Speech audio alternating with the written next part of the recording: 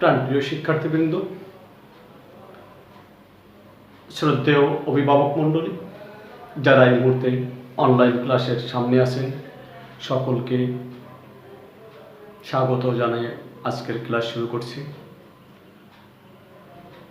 আর আমি স্বাগত জানাচ্ছি ছাগলনাই পাইলট বালিকা অনলাইন স্কুলের পক্ষে কার্তিক চন্দ্র শিকদার, সিনিয়র শিক্ষক গণিত। আজ আমরা নবম ও দশম শ্রেণীর গণিতের পরিমিতি, ষোড়শ অধ্যায় পরিমিতি নিয়ে আলোচনা করব। তবে পাঠে যাওয়ার আগে চলো আমরা একটু হোয়াইট বোর্ডটার দিক তাকাই। নবম ও দশম শ্রেণীর শিক্ষার্থীরা, তোমরা খাতা কলম নাও, মূল বই নাও। একটু তাকিয়ে দেখো, এখানে আমি একটা চিত্র এঁকেছি। এই চিত্রটার কয়টা বাহু আছে? কয়টা ভুজ আছে? চারটি, অর্থাৎ বহুভুজ। এই চারটি ভুজ বিশিষ্ট বহুভুজকে আমরা কি বলবো? এই আকৃতিটাকে চতুর্ভুজ। আর এই ভিতরের সবটাকে কি বলবো? চতুর্ভুজ ক্ষেত্র। আজকে আমাদের পাঠের বিষয়, আমরা এই চতুর্ভুজের ক্ষেত্রফল নির্ণয় করতে পারি, এর পরিসীমা বের করতে পারি। চলো, আজকে আমাদের পাঠের বিষয় হলো চতুর্ভুজের ক্ষেত্রফল। ষোড়শ অধ্যায়।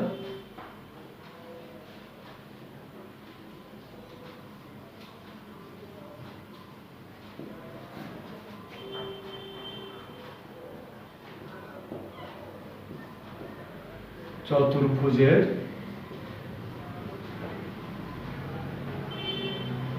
ক্ষেত্রফল। এই চতুর্ভুজটির যদি এই একটা এই কোণটা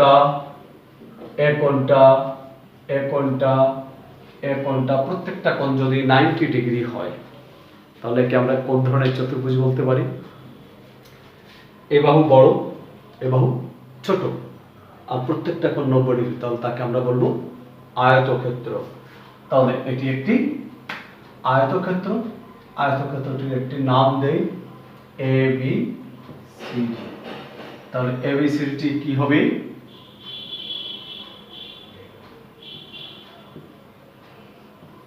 একটি আয়তক্ষেত্র। বাস থাকলো।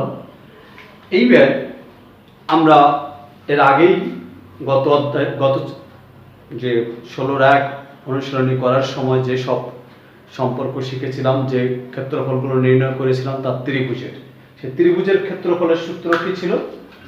হাফ ভূমি পূরণ উচ্চতা। চলো আমরা এর একটা কর্ণ যোগ করি। এটা থেকে কর্ণ বলে সবাই জানো তো?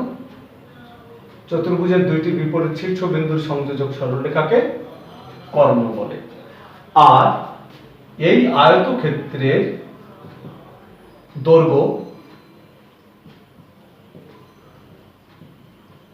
AB সমান A একক ধরি, আর প্রস্থ AD বা BC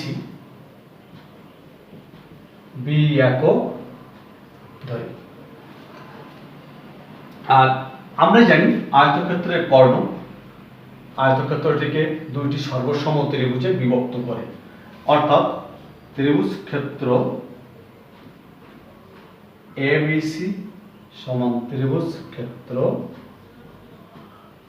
ADC। ABC এর ক্ষেত্রফল আর ADC এর ক্ষেত্রফল সমান। এ বাহুটি A, এ বাহুটি A, এটা B, এটাও B। তাহলে ত্রিভুজের ক্ষেত্রফল আমরা জানি হাফ ভূমি পূরণ উচ্চতা। তাহলে ত্রিভুজ ক্ষেত্র ADC বা ত্রিভুজ ক্ষেত্র ABC এর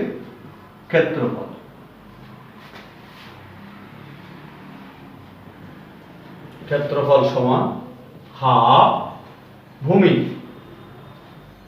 DC ইন্টু AD। এবার হাফ DC সমান কি পেয়েছি আমরা?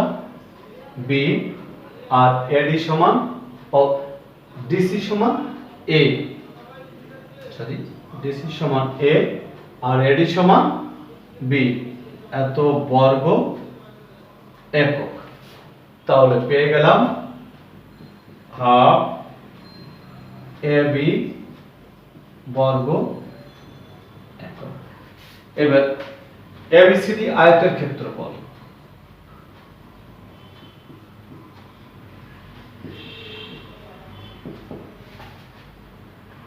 আয়তের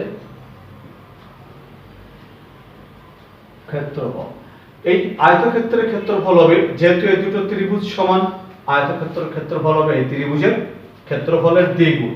তাহলে 2 ইনটু ত্রিভুজ ক্ষেত্র এডিসি এর ক্ষেত্রফল, তাহলে 2 into half AB, half AB বর্গ একক। 2 আর 2 ভাগ হয়ে 1 হয়ে গেল, তাহলে এবি বর্গ একক। আমরা পেয়ে গেলাম আয়তক্ষেত্রের ক্ষেত্রফল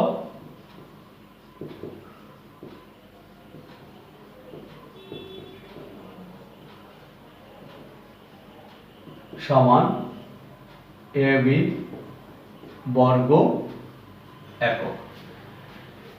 এবার আমরা চলো এই আয়তক্ষেত্রের পরিসীমা বের করি।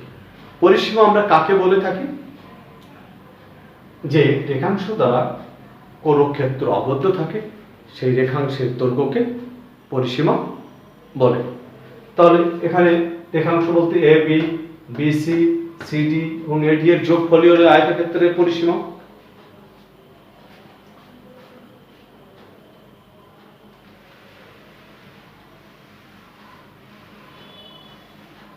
এটা অবশ্যই তোমরা দেখেছো এবং লিখেছো।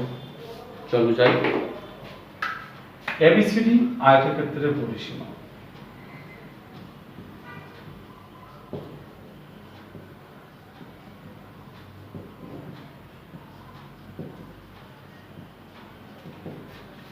এবি, এবি সমান কত আছে? এ। বিসি সমান কত আছে? বি। সিডি সমান কত আছে? এ। এডি সমান কত আছে? বি, এত একক। দেখো তো কয়টা এ এলো? টুয়াইস। কয়টা বি এলো? Twice B. এবার 2 যদি এর থেকে কমন নেই, 2 ইনটু এ প্লাস বি। এই কর্ণটার দৈর্ঘ্য যদি ডি হয়,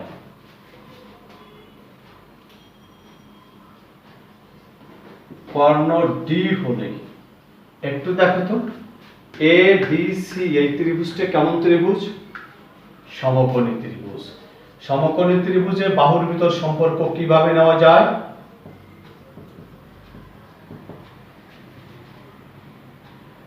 কর্ণের উপর অঙ্কিত বর্গক্ষেত্র অপর দুই বাহুর উপর অঙ্কিত বর্গক্ষেত্রের সমষ্টির সমান। তাহলে আমরা পেয়ে গেলাম ডি স্কয়ার সমান এডি বি স্কয়ার যোগ এ স্কয়ার। তাহলে টি সমান কি হলো? Square root of a square plus b square. তাহলে পরিসীমা কি পেয়েছি আমরা? 2 ইনটু এ প্লাস বি একক। কর্ণ কি পেয়েছি? কর্ণ ডি সমান square root of a square plus b square. এই হয়ে গেল আমাদের আয়তক্ষেত্রের যে সব তথ্যাবলী জানলে আমরা আয়তক্ষেত্রের ক্ষেত্রফল, পরিসীমা, তার কর্ণের দৈর্ঘ্য বের করতে পারবো। তাই এবার চলো আমরা এর উপরে একটা সমস্যার সমাধান করি।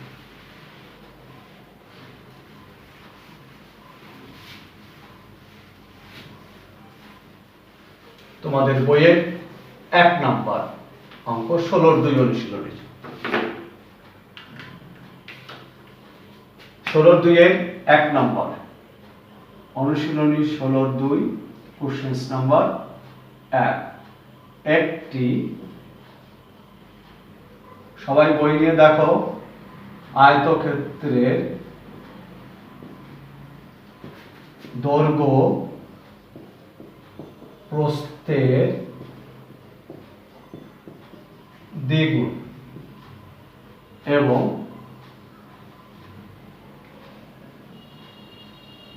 ক্ষেত্রফল 512 বর্গ মিটার। ক্ষেত্রটির পরিসীমা ও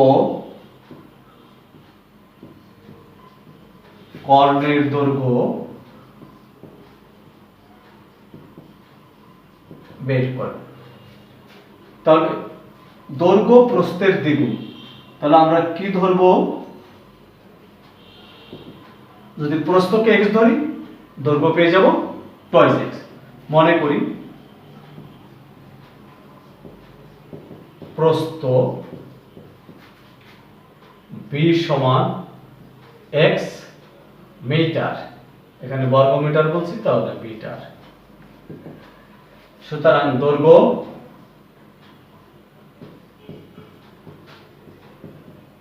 a সমান টয়েস x মিটার।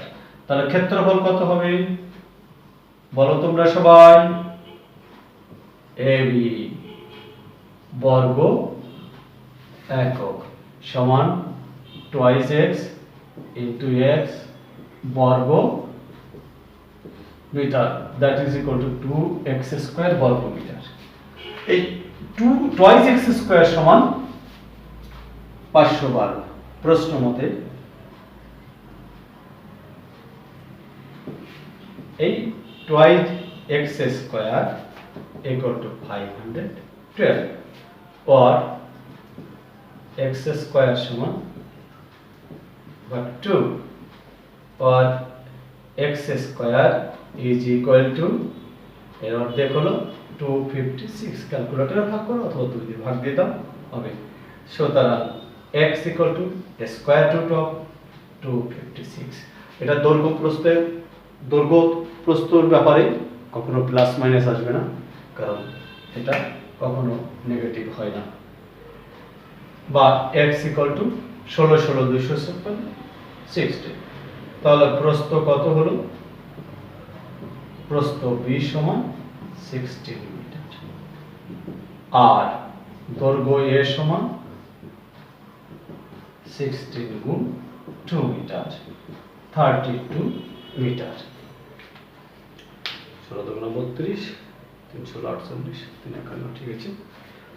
এবার আমরা দৈর্ঘ্য পেয়ে গেলাম, প্রস্থ পেয়ে গেলাম। আমাদের বের করতে হবে কি? পরিসীমা ও কর্ণের দৈর্ঘ্য। তাহলে পরিসীমার সূত্র আমরা জানি, কর্ণের দৈর্ঘ্যের সূত্র জানি, হয়ে যাবে। চলো আমরা একটু এখান থেকে করে নিই। আমাদের ওটা লাগবে মানটা। তাহলে পরিসীমা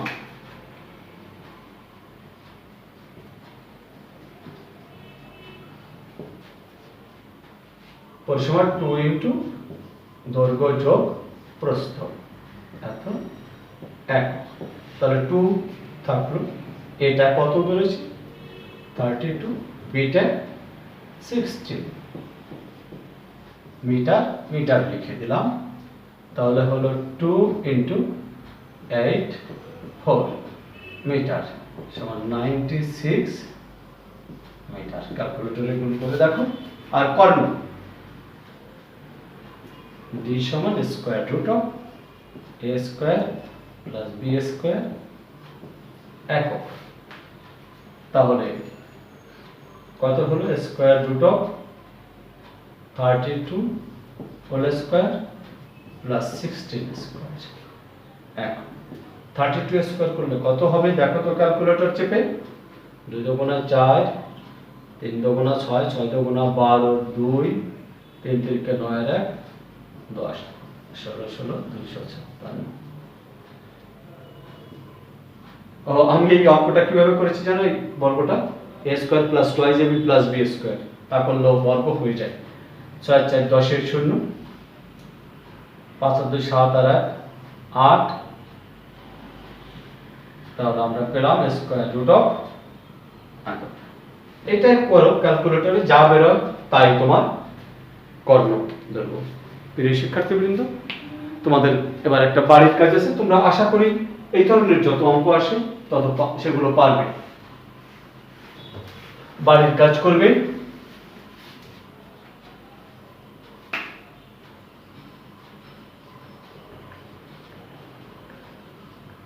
ষোলোর 2 অনুশীলনী,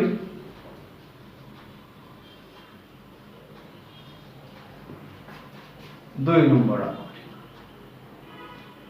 এটাই বাড়ির কাজ করবে তোমরা, প্লিজ করে দেখো। এই বর্গক্ষেত্রের আয়তক্ষেত্রের নিয়ম অনুযায়ী সব পেয়ে যাবে। সবাই ভালো থেকো, সুন্দর থেকো, সকলে সুস্বাস্থ্য কামনা করে আজকের মতো অনলাইন ক্লাস এখানে শেষ করলাম। ধন্যবাদ সকলকে।